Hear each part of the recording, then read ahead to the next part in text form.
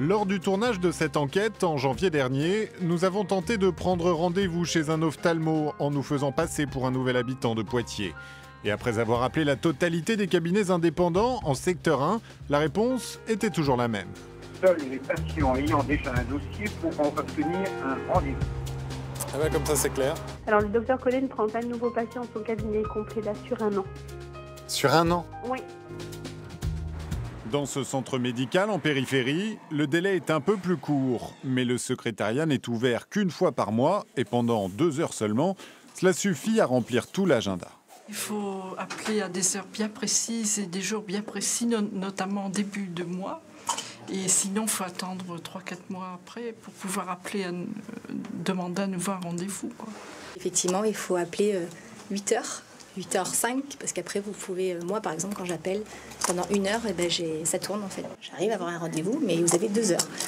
De 8 à 10, à 10h02 c'est fini, il n'y a plus personne. Beaucoup dénoncent le fameux numerus clausus à l'entrée des études médicales et le trop faible nombre de jeunes spécialistes formés par rapport au départ en retraite. La grosse erreur, à mon avis, c'est de se focaliser sur ce numerus clausus. Parce que si on prend les chiffres globalement, il n'y a jamais eu autant de médecins en France. Les médecins qui exercent, dans la grande majorité, ne veulent plus exercer en libéral et encore moins isolés, etc.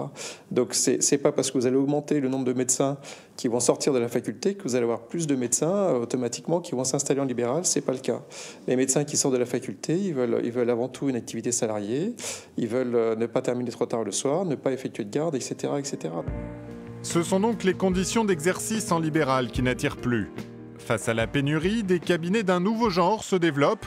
Prise de rendez-vous en ligne, examen réalisé par des orthoptistes, puis consultation accélérée avec le médecin. Les patients et conduits par ailleurs se retrouvent bien souvent devant cette porte. J'avais un délai beaucoup plus court ici qu'avec mon ophtalmologiste habituel. Ouais. C'était combien chez l'ophtalmo habituel?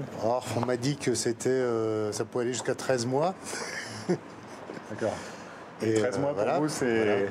Bah oui. C'est un peu long. Alors que là, je l'ai eu en l'espace de 15 jours à peu près. Ça met du temps à avoir un rendez-vous, donc si on est comme moi en retard en plus, voilà, ouais. C'est annulé. Puis moi c'est pour lui, donc à cet âge-là, on n'a pas partout sur Niort et tout, ils prennent pas pour stage, alors du coup il y a qui c'est que je peux venir. D'après le docteur Pelen, fondateur de ces centres, ce nouveau mode d'exercice est l'avenir de l'ophtalmologie.